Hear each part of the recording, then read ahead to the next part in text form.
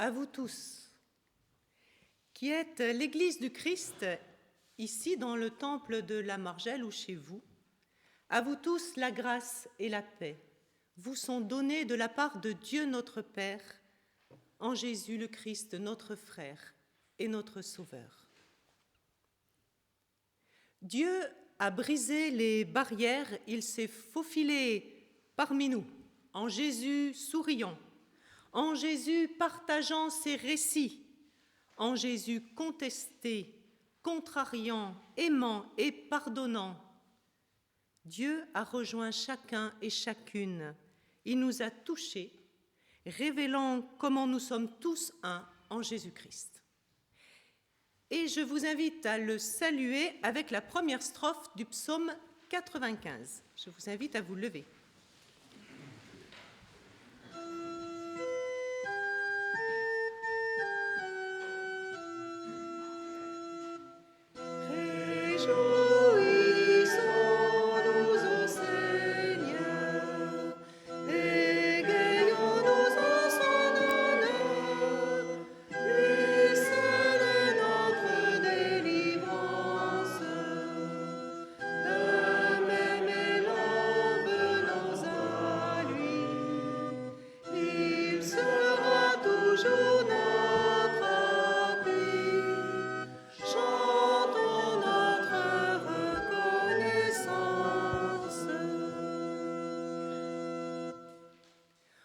Ô Dieu créateur de la couleur, du son, des textures et du calme, et de la beauté surprenante des choses vivantes, nous te bénissons.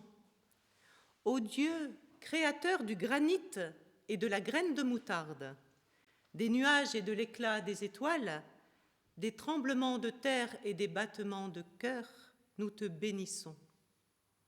Ô Dieu, créateur de tout ce qui est invisible, de tout ce qui a été, de tout ce que nos mots ne cerneront jamais, nous te bénissons.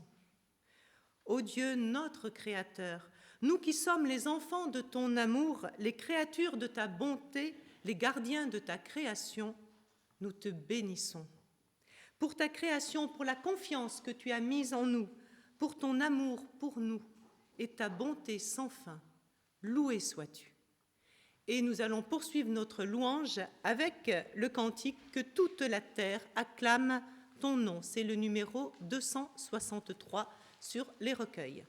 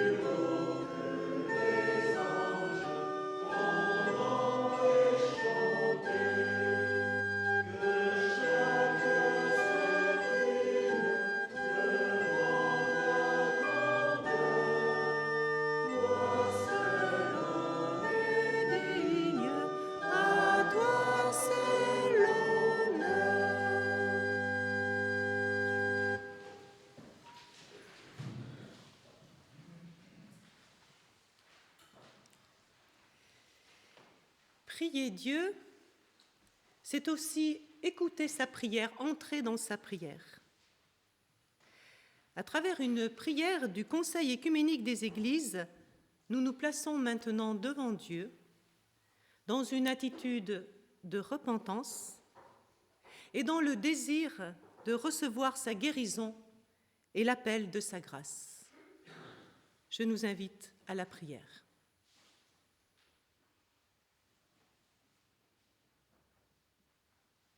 Dieu est assise et pleure.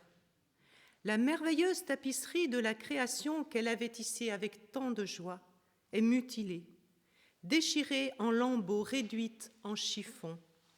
Sa beauté est saccagée par la violence. Amen. Nous prenons le chant « Seigneur reçoit, Seigneur pardonne », les strophes 1 et 4, c'est le 407.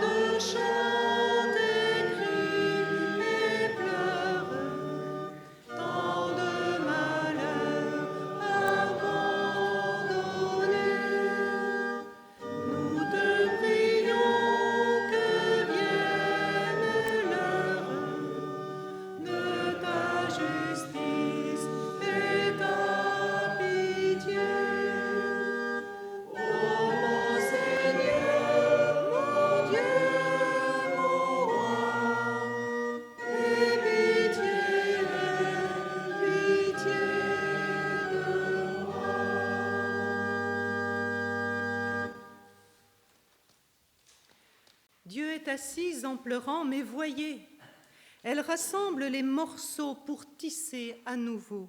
Elle rassemble les lambeaux de nos tristesses, les peines, les larmes, les frustrations causées par la cruauté, l'écrasement, l'ignorance, le viol et les tueries.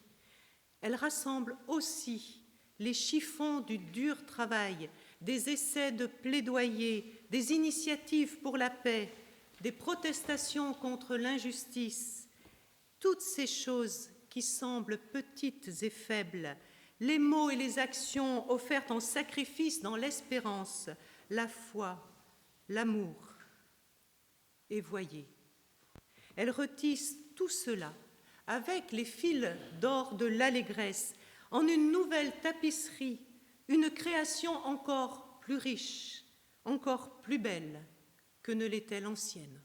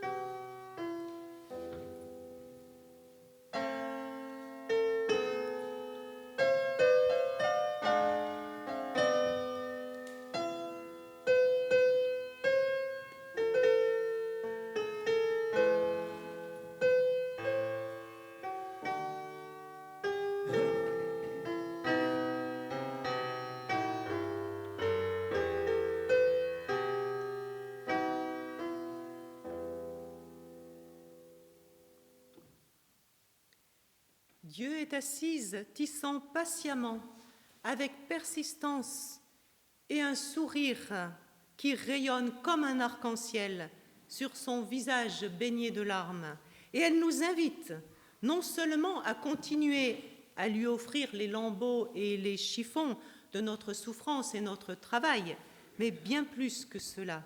Dieu nous invite à prendre place à ses côtés, devant le métier de l'allégresse et à tisser avec elle la tapisserie de la création nouvelle. Amen. Et je vous invite à vous lever pour chanter avec reconnaissance le chant « Tournez les yeux vers le Seigneur ». C'est le numéro 153, en entier.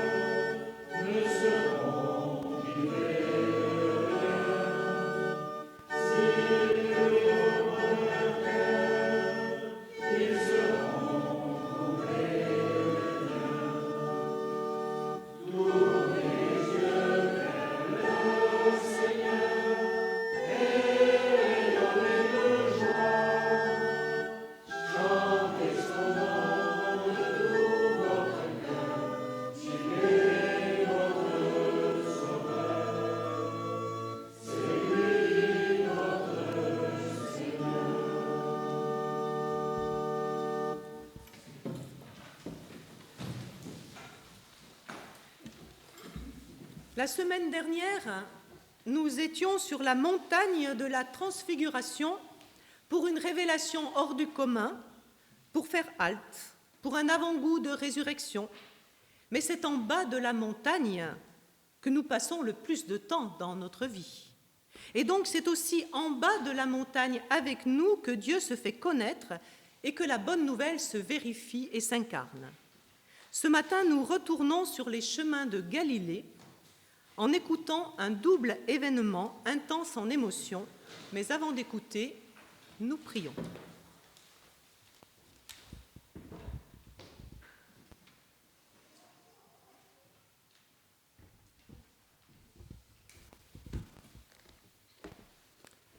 Nous prions. Donne-nous, Seigneur, d'être à l'écoute de ce que tu veux nous dire ce matin. Accorde-nous la grâce du silence intérieur pour que ta parole nous rejoigne et qu'elle parle à notre cœur. Que par ton esprit, le passage de l'Écriture que nous allons écouter devienne bonne nouvelle pour nos vies. Amen. Et c'est dans l'Évangile de Marc, au chapitre 5 que nous lisons les versets 21 à 43. Marc chapitre 5, verset 21. Jésus regagna en barque l'autre rive, et une fois de plus, une grande foule s'assembla près de lui. Il était au bord de la mer. Alors vint un des chefs de la synagogue, nommé Jaïrus, qui le vit, se jeta à ses pieds et le supplia instamment en disant « Ma fillette est à toute extrémité. Viens, impose-lui les mains afin qu'elle soit sauvée et qu'elle vive. » Jésus s'en alla avec lui. Et une grande foule le suivait et le pressait. Or, il y avait une femme atteinte d'une perte de sang depuis 12 ans. Elle avait beaucoup souffert entre les mains de plusieurs médecins. Elle avait dépensé tout ce qu'elle possédait sans en tirer aucun avantage. Au contraire, son état avait plutôt empiré. Ayant entendu parler de Jésus, elle vint dans la foule par derrière et toucha ses vêtements. Car elle disait, « Si je puis seulement toucher ses vêtements, je serai guérie. » Au même instant, la perte de sang s'arrêta et elle sentit dans son corps qu'elle était guérie de son mal. Jésus ressentit aussitôt en lui-même qu'une force était sortie de lui. Il se retourna au milieu de la foule et dit « Qui a touché mon vêtement ?» Ses disciples lui dirent « Tu vois la foule qui te presse et tu dis « Qui a touché ? Qui m'a touché ?» Et il regardait autour de lui pour voir celle qui avait fait cela. La femme, effrayée et tremblante, sachant ce qui s'était passé en elle, vint se jeter à ses pieds et lui dit toute la vérité. Mais Jésus lui dit, « Ma fille, ta foi t'a sauvée, va en paix et sois guérie de ton mal. » Il parlait encore lorsque survinrent de chez le chef de la synagogue des gens qui dirent « Ta fille est morte. Pourquoi importuner encore le maître ?» Mais Jésus, sans tenir compte de ces paroles, dit au chef de la synagogue « Sois sans crainte, crois seulement. » Et il ne permit à personne de l'accompagner, si ce n'est à Pierre, Jacques et à Jean, frères de Jacques. Ils arrivèrent à la maison du chef de la synagogue, où Jésus vit qu'il y avait du tumulte et des gens qui pleuraient et poussaient des cris retentissants. Il entra et leur dit « Pourquoi ce tumulte et ces pleurs ? L'enfant n'est pas morte, mais elle dort. » Et il se moquait de lui. Alors il les fit tous sortir, prit avec lui le père et la mère de l'enfant, de même que ceux qui l'avaient accompagné, et entra là où se trouvait l'enfant. Il saisit l'enfant par la main et lui dit « Talitha koumi », ce qui se traduit « Jeune fille, lève-toi, je te le dis ». Aussitôt, la jeune fille se leva et se mit à marcher, car elle avait 12 ans. Ils en furent hors d'eux-mêmes, frappés d'un grand étonnement. Jésus leur fit de grandes recommandations afin que personne ne le sache, et il leur dit de donner à manger à la jeune fille. Seigneur, ta parole est la vérité, renouvelle nos vies par ta vérité. Amen. Et je vous invite à chanter au cantique numéro 611, cantique 611 qui est chanté sur l'air du 610 juste à côté, les 3 strophes de ce cantique 611.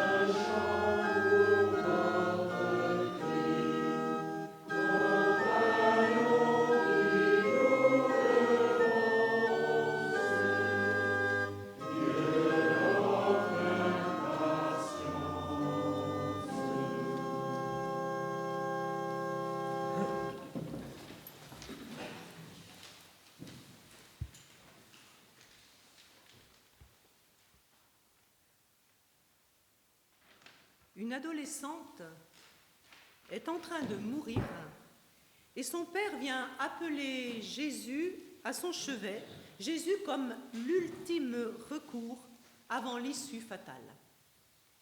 Il n'y a donc pas de temps à perdre. Et voilà qu'une femme ralentit et stoppe le déplacement de Jésus dans une foule déjà très compacte.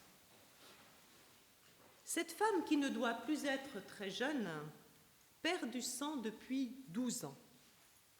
Pour elle aussi, Jésus, c'est l'ultime recours. Cette femme ne voulait pas, surtout pas déranger. Surtout, elle voulait passer inaperçue. Mais c'est loupé. Franchement, ça faisait 12 ans qu'elle souffrait. Ça aurait pu attendre quelques heures de plus. Car cette femme a une partie de sa vie derrière elle, mais la jeune fille a la vie devant elle. Et elle est sur le point de mourir. Enfin, selon son père, qui n'est pas médecin, mais chef religieux, chef de la synagogue. Actuellement, en période de pandémie et d'urgence répétée, dans certains hôpitaux débordés, on le sait, les médecins sont parfois obligés de faire des choix en fonction de l'âge. Entre le pire et le pire, qu'est-ce qu'il faut choisir? Où est l'urgent? Où est l'important? Je crois qu'hélas, nous sommes souvent un peu perdus. Aujourd'hui, le temps s'est explosé dans le tout immédiat et tout est devenu urgent et tout est devenu important, sans priorité.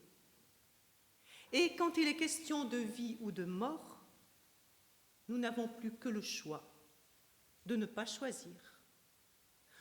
Ou bien alors d'avoir assez de ressources en nous pour distinguer si l'urgent est important ou s'il y a plus important que l'urgent. C'est pas facile. Nous ne sommes pas Jésus, c'est clair. Mais si le texte nous raconte que les disciples étaient à proximité des événements, c'est bien pour nous y mettre nous aussi. 3 disciples, Pierre, Jacques et Jean, sont même réquisitionnés pour aller un peu plus loin dans l'expérience de témoins, et nous aussi, en apprentissage avec eux. Donc, une femme touche le bord du vêtement de Jésus et ses pertes de sang s'arrêtent, nous dit l'Évangile. Pourquoi Jésus ne continue pas son chemin vers la maison de Jaïros et prend du temps avec elle? Sûrement pour accomplir, pour aller jusqu'au bout d'une délivrance, d'une libération. Sans l'attention, sans l'écoute, sans les paroles de Jésus, la femme aurait peut-être continué à être honteuse, voire à culpabiliser d'une guérison volée. Et finalement, ça aurait été guère mieux que 12 ans de maladie, de diagnostics inefficaces et de traitements ruineux. Cette femme n'avait plus droit à rien, sauf d'être une sorte d'invisible. Car selon les dogmes de son époque, sa maladie faisait d'elle une intouchable, une impure tout le temps. Cette femme aussi est seule, complètement isolée, personne auprès d'elle. On le sait, il arrive que même les amis se lassent quand la maladie dure trop longtemps ou devient trop handicapante et limite les échanges et empêche les sorties. Donc pour cette femme, en dernier recours, il y a le bout de son doigt sur le bord du vêtement du nouveau guérisseur de Galilée, celui qui dit autant de bien qu'il en donne, paraît-il. Pour cette femme, à bout de force, Jésus s'arrête. C'est une urgence, même si une fille est en train de mourir. Et Jésus fait de la place autour de cette femme qui s'était faufilée par derrière, hors regard. Jésus cherche et pose son regard sur elle et expose celle qui voulait échapper au regard des autres. Et il le fait, Jésus, avec autorité, mais sans violence. Il le fait avec l'autorité d'un guérisseur qui a le geste et la parole ferme. Et la femme met en dehors, par des mots, toute sa vérité du dedans. Elle tremble de franchise. Et ça fait foi. Fausse croyance, vrai doute, honte sociale, transgression, tout cela s'effondre pour faire de la place à sa foi toute neuve. Soulagée de son mal, elle est aussi à ce moment-là complètement délivrée pour une vie nouvelle. Je crois aussi que Jésus s'est arrêté comme pour réparer une injustice de la vie. La solitude de cette femme est à l'opposé de la sollicitude autour de la fille de Jaïros, qui, elle, est très entourée, peut-être même trop. La femme est une parfaite inconnue, l'autre est la fille d'un notable de la ville. Certes, Jésus suit Jaïros sans discuter, mais il ne définit pas ses urgences en fonction de la réputation de celui ou celle qui vient demander de l'aide. Il est important d'aller jusqu'au bout de toute façon, de ne pas libérer à moitié. Non, Jésus n'est pas le maître de la vie et de la mort, de la santé ou de la maladie, mais il est maître de son temps. Ce n'est pas lui qui va décider de la vie de la fille de Jaïros, mais il peut décider qu'il est urgent de mettre fin à 12 ans d'une vie qui n'était plus une vie pour cette femme, urgent de la libérer vers la vie. Comme la petite fille vient de mourir, plus la peine de déranger le maître, annoncent les gens de la maison de Jaïros. Mais justement, c'est le maître qui décide. Alors Jésus poursuit avec Jaïros, au-delà des limites de la mort annoncée, parce qu'on ne laisse pas un père dans l'atrocité de son malheur. L'affaire de la fille de Jaïros n'est plus urgente, mais elle devient sacrément importante. Ce n'est pas parce qu'on n'est pas dans l'urgence que ce n'est pas important. Deux chemins de vie se croisent donc sans se rencontrer, celui de la femme et celui de la fille qui va avoir 12 ans, la femme qui perdait son sang depuis 12 ans. Ces deux chemins de vie ne se croisent pas entre eux, mais se croisent dans la journée de Jésus et des disciples, et marquent l'apprentissage et la mémoire des disciples. C'est ainsi que l'Évangile est appelé à s'annoncer, à s'éprouver dans nos vies aussi. Au début de mon ministère, je me souviens le même jour avoir accompagné dans le deuil une famille, une mère qui venait de perdre un fils de 30 ans. C'était le matin. Et l'après-midi, à la même place dans le temple, j'ai célébré la bénédiction d'un couple dont lui avait 30 ans. Ça marque la journée et la mémoire. Et c'est une journée qui en vaut plusieurs, parce qu'elle est un condensé de vie. Alors peut-être que ça n'a pas pris autant de temps que ça, la halte avec la femme qui ne perdait plus son sang. Peut-être que c'est juste une impression quand il y a le risque de mort et surtout la pression d'une urgence. Jésus n'est pas maître des événements, mais il a et il fait autorité sur la façon de les vivre. Et une fois de plus, chez Jaïros, il fait de la place autour de la situation. Mais cette fois, ce n'est pas pour exposer, mais pour soustraire des regards. Il évacue les pleureurs, les moqueurs, tous ceux qui faisaient du bruit et qui étaient passés avant l'heure dans le rituel de la mort. Parce que lui, Jésus, c'est vers un rituel de la vie qu'il veut orienter tout ce qu'il a à dire et à donner. Jésus fait donc de la place et réintroduit la mère de l'enfant, car elle n'était pas seulement la fille de son père, mais aussi celle de sa mère. Celle qui jusqu'à présent était la fille de Jaïros devient l'enfant, nous dit le texte. Masculin ou féminin, on ne change pas le nom ni l'orthographe, c'est l'enfant. Pause. Puis Jésus prend la main de l'enfant et lui demande de s'éveiller. Elle devient la jeune fille, la petite jeune fille, car elle n'a encore que 12 ans. C'est encore par un toucher, cette fois de la part de Jésus, qu'une libération intervient et que la petite jeune fille est mise debout dans sa vie qui n'est pas celle de son père ni celle de sa mère.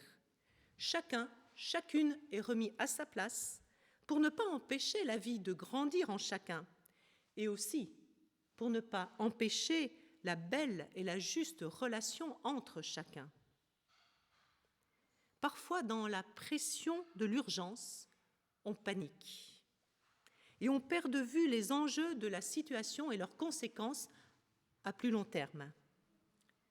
Avec la fille de Jaïros, devenue la petite jeune fille, on voit Jésus aller au-delà de la demande et donc aussi modifier les catégories de l'urgence. Il n'est pas le maître de la vie et de la mort, mais il y a urgence de remettre chacun et chacune à sa juste place, car vivre n'est pas seulement ne pas mourir ou ne plus mourir. Comme avec la femme tout à l'heure, il s'agit d'aller jusqu'au bout, c'est ça vivre, et en faisant toutes choses nouvelles.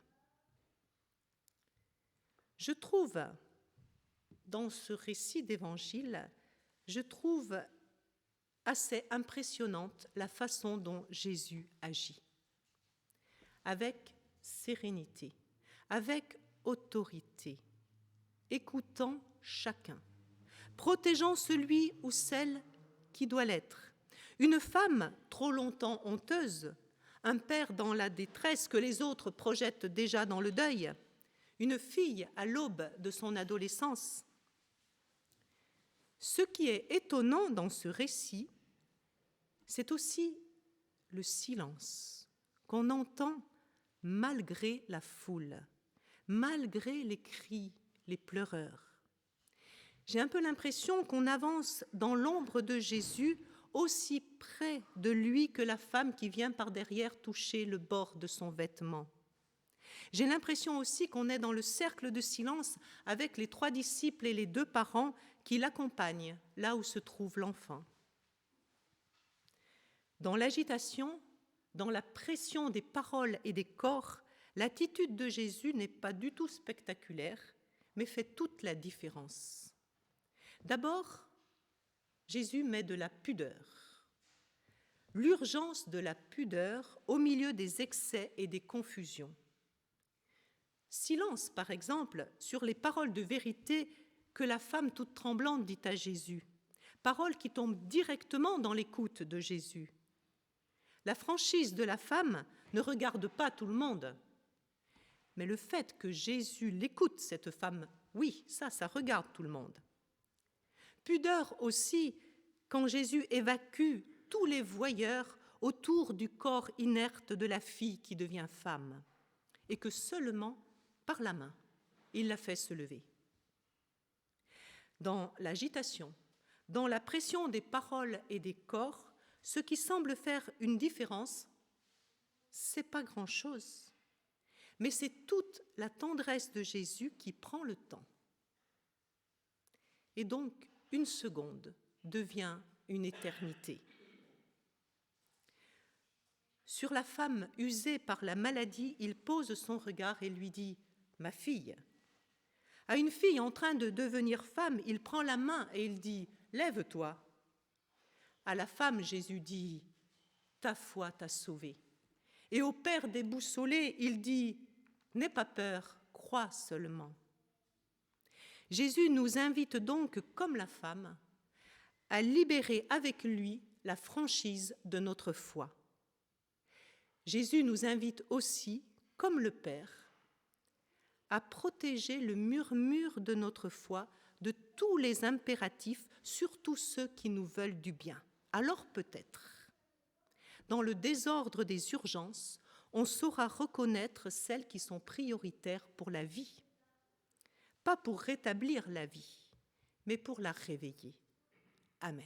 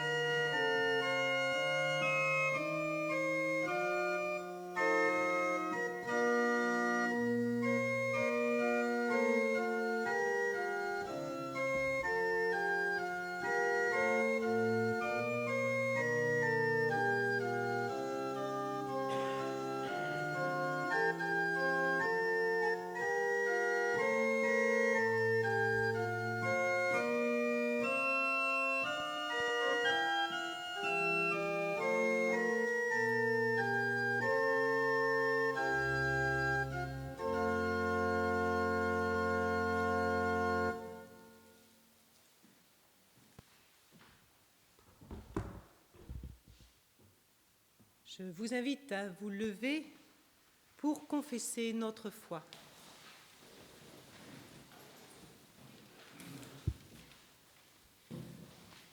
Je crois en Dieu le Tout-Proche, plus que l'homme ne l'est de lui-même et que le ciel ne l'est de la terre.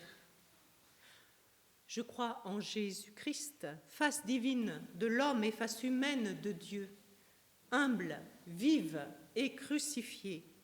Il est ressuscité, il vient pour nous libérer des idoles et nous donne sa paix dans nos peurs. Je crois en l'Esprit Saint, qui nous unit au Christ dans le monde de Dieu, ici et maintenant. Amen. Et nous allons chanter « Je crois et j'espère ». Ça va s'afficher sur les écrans et sinon c'est sur les feuilles que vous avez sur vos chaises.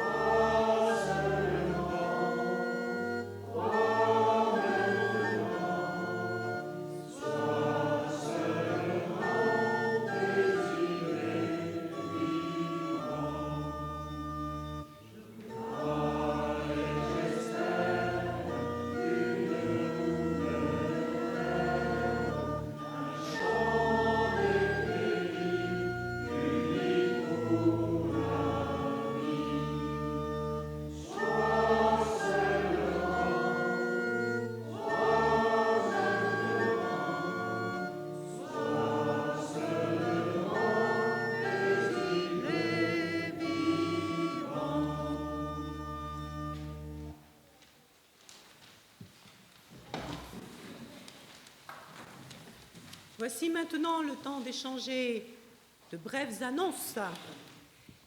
Mais le temps des annonces dans le temple de la Margelle s'ouvre toujours par une perle de Loulou. Loulou, je t'invite à venir derrière le micro, s'il te plaît.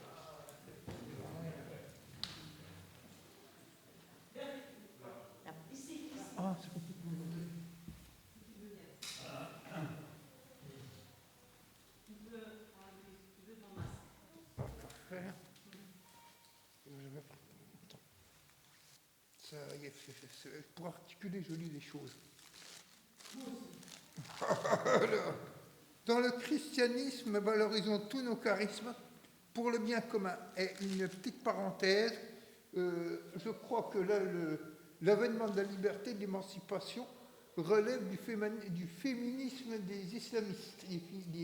Les femmes musulmanes, on a beaucoup à attendre. Les femmes musulmanes, je crois qu'on est arrivé à un moment où c'est les musulmans qui vont faire une réforme qui nous profitera tous. C'est un peu partiel, mais je le crois.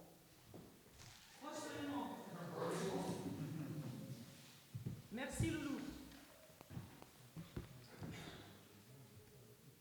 De toute façon, la liberté et la libération arrivent toujours de là où on ne l'attend pas. Vous pouvez aussi trouver sur la newsletter et le site de l'Église protestante unie de Montpellier et agglomération les rencontres qui ont lieu par visio. Et chaque matin, commencez votre journée ou la terminez comme vous voulez avec les pauses Ephata qui sont au jour le jour jusqu'au bout du temps du carême.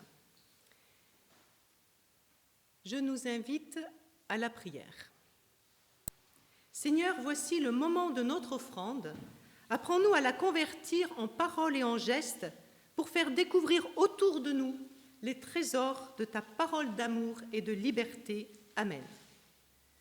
Vous pouvez aussi faire votre don en ligne sur le site de notre Église. Voici le moment de notre offrande.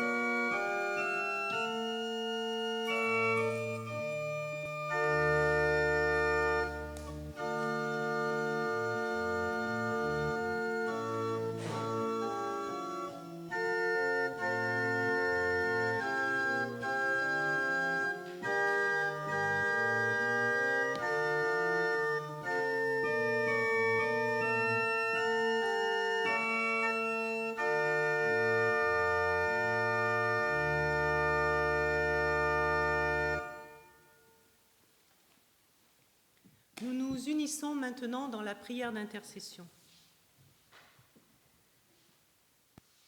Père, nous voulons te remettre les hommes et les femmes de la terre aux liens tranchés, blessés par la violence, ceux dont la haine ou le remords, la rancune ou l'humiliation ont déchiqueté la vie. Renoue pour eux les fils de l'espérance, fais de nous des tisseurs d'amour. Notre Dieu, nous voulons te remettre les hommes et les femmes de la terre aux liens perdus, distendus, effilochés, ceux que la solitude assiège, que les autres oublient, méprisent ou abandonnent. Renoue pour eux les fils de l'espérance, fais de nous des tisseurs d'amour. Nous voulons te remettre les hommes et les femmes de la terre dont la vie ne tient qu'à un fil, ceux que ronge la maladie, la vieillesse ou le deuil, ceux que leur différence a éloignés des autres. Renoue pour eux les fils de l'espérance, fais de nous des tisseurs d'amour. Nous voulons te remettre les hommes et les femmes de la terre qui vivent dans l'amertume des déchirures passées, ceux que le malheur ou le refus d'aimer, que l'ennui ou l'indifférence ont ligotés, repliés, refermés sur eux-mêmes. Renoue pour eux les fils de l'espérance. Fais de nous et de chacun de nous des tisseurs d'amour. Et ensemble, nous te disons, notre Père, qui es aux cieux, que ton nom soit sanctifié, que ton règne vienne, que ta volonté soit faite sur la terre comme au ciel. Donne-nous aujourd'hui notre pain de ce jour. Pardonne-nous nos offenses, comme nous pardonnons aussi à ceux qui nous ont offensés. Et ne nous laisse pas entrer en tentation, mais délivre-nous du mal, car c'est à toi qu'appartiennent le règne, la puissance et la gloire, pour les siècles des siècles. Amen.